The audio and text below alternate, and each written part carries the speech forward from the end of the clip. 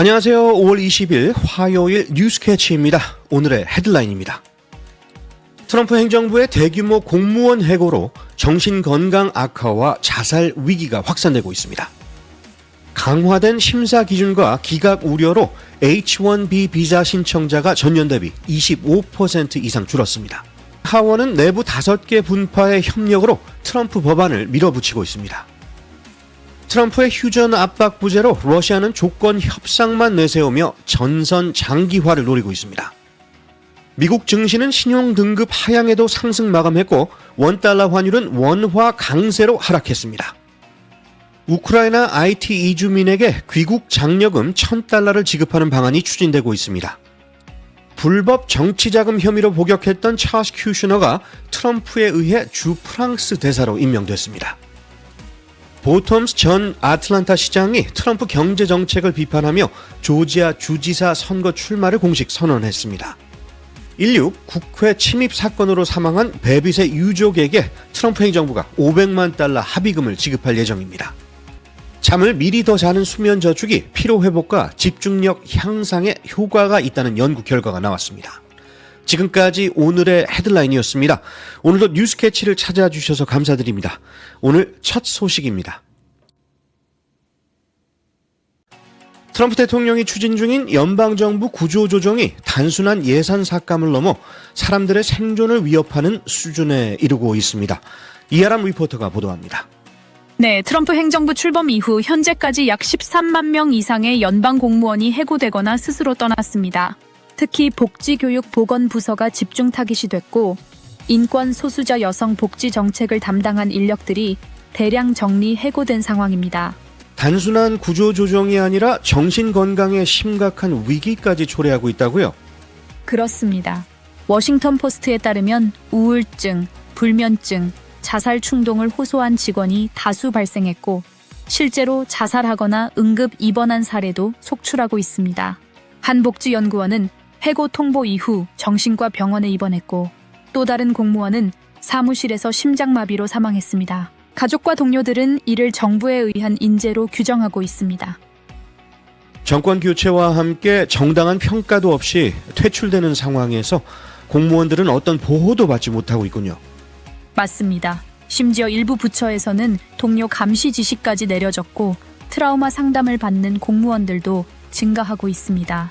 전문가들은 이를 사람을 겨냥한 정책이라며 공공부문에 대한 신뢰마저 붕괴될 수 있다고 경고하고 있습니다.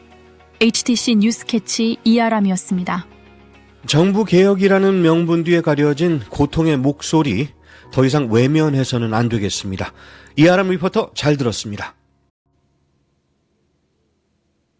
미국 전문직 외국인에게 인기 있던 H-1B 취업 비자 등록자 수가 전년 대비 25% 이상 급감한 것으로 나타났습니다.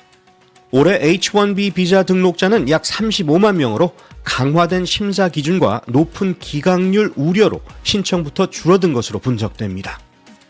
H-1B는 영주권으로 가는 대표적인 경로였지만 트럼프 2기 들어 비자 심사와 연장마저 더욱 까다로워질 전망입니다. 트럼프 대통령의 One Big Beautiful Bill이 이번 주 상원에 보내질 수 있을지가 관건입니다. 현재 하원은 공화당 단독 3석차 우위로 운영되며 내부 5개 이념 분파들이 매주 모여 패밀리 미팅을 진행 중입니다. 자유지상주의파부터 중도 실용파까지 다양한 분파들이 격렬히 충돌하면서도 결국 서로 협상의 법안을 통과시키는 구조입니다. 일부는 트럼프의 재정 지출안에 반대 입장을 밝히며 분열 조짐도 보입니다. 하지만 하원 지도부는 여전히 공화당 내부 합의만으로 의회 운영이 가능하다는 자신감을 내비치고 있습니다.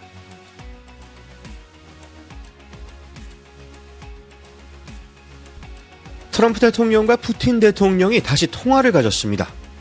하지만 이번에도 즉각적인 휴전 요구는 빠졌고 대신 협상 조건만 더 복잡해졌습니다. 유미정 리포터 연결합니다. 네, 트럼프 대통령은 전부터 전쟁을 끝내야 한다고 주장해왔지만 실제 통화에선 푸틴에게 휴전 시한이나 조건을 명확히 요구하지 않았습니다.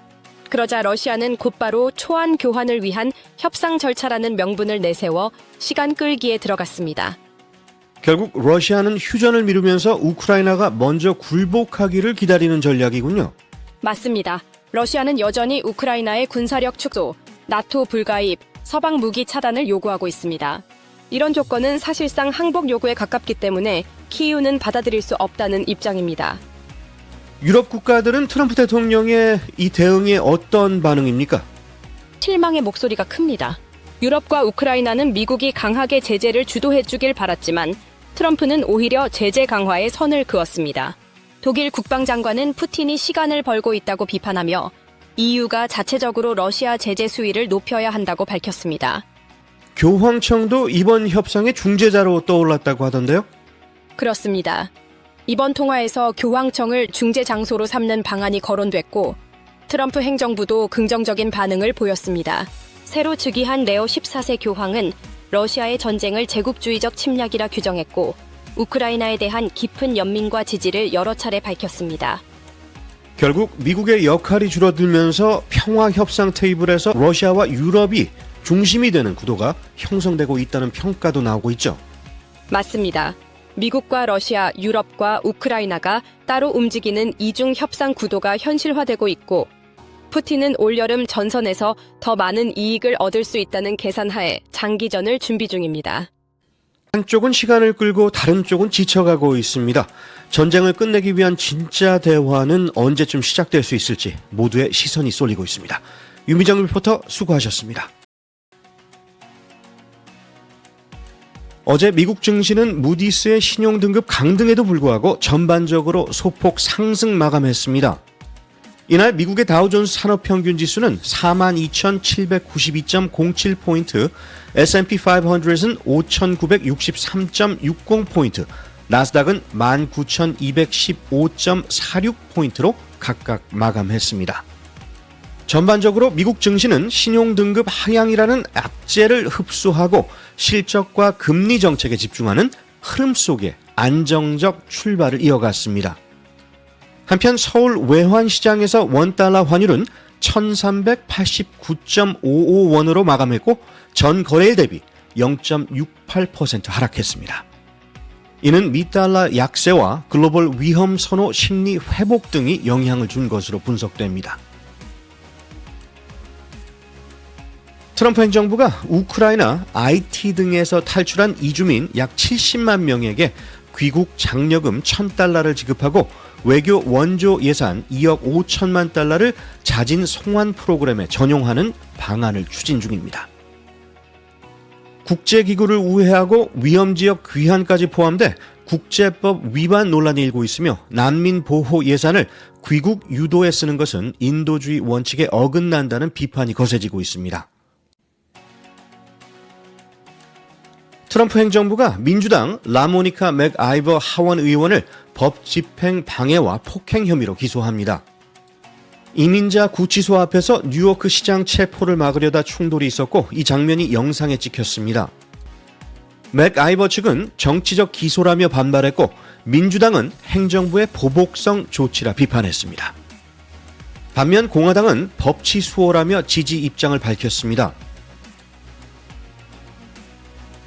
상원은 2005년 불법 정치자금 탈세 증인 매수 혐의로 복역한 찰스 큐셔너를 프랑스 주재 미국 대사로 최종 인준했습니다. 표결은 51대 45로 통과됐으며 민주당 코리 부커 의원이 유일하게 찬성표를 던졌고 공화당에선 리사 머스코스키 의원이 반대표를 던졌습니다. 트럼프 대통령의 사위인 제러드 큐셔너의 아버지인 찰스 큐셔너는 2020년 트럼프에게 사면을 받은 바 있으며 이번 지명에 대해 그는 실수를 통해 더 나은 외교관이 될 수 있다고 주장했습니다. 전 아틀란타 시장 키샤 랜스 보톰스가 조지아 주지사 선거에 출마하며 트럼프와 머스크의 경제정책이 서민을 위협하고 있다고 비판했습니다. CDC는 해고 사태, 항만 일자리 불안 등을 언급하며 서민 중심 정책을 강조했고 당선 시 미국 첫 흑인 여성 주지사가 됩니다. 16 의회 난입 당시 경찰에 의해 사망한 애슐리 베빗의 유족이 제기한 소송에 대해서 트럼프 행정부가 약 $500만 지급에 합의를 할 예정입니다. 당시 정당방위로 판단된 총격이었지만 트럼프는 베빗을 순교자로 추켜 세우며 사건 재조명을 시도 중입니다. 이번 합의는 정치적 파장이 큰 결정으로 받아들여지고 있습니다. 출장, 야근, 육아 등으로 잠이 부족할 게 예상된다면 그 전날부터 미리 더 다 자두는 수면 저축, 슬립 뱅킹이 도움이 된다는 연구 결과가 나왔습니다. 군 연구에서 시작된 이 개념은 이후 집중력, 반응 속도, 회복력 향상 효과가 실험으로 입증됐습니다. 특히 수술, 장거리 비행, 철야 근무 전엔 30분에서 1시간이라도 미리 자두는 것이 피로 완화에 효과적입니다. 단, 반복적인 수면 부족을 메우는 용도는 아니며 평소 규칙적인 수면이 여전히 중요하다고 전문가들은 조언합니다. 고난의 시기에 동요하지 않는 것, 이것은 진정 칭찬받을 만한 뛰어난 인물의 증거다라고 베토벤이 말했습니다. 여러분의 활기찬 하루를 응원하겠습니다. 뉴스캐치 오늘 소식은 여기까지입니다. 좋은 하루 되시기 바랍니다. 진행의 타프로였습니다.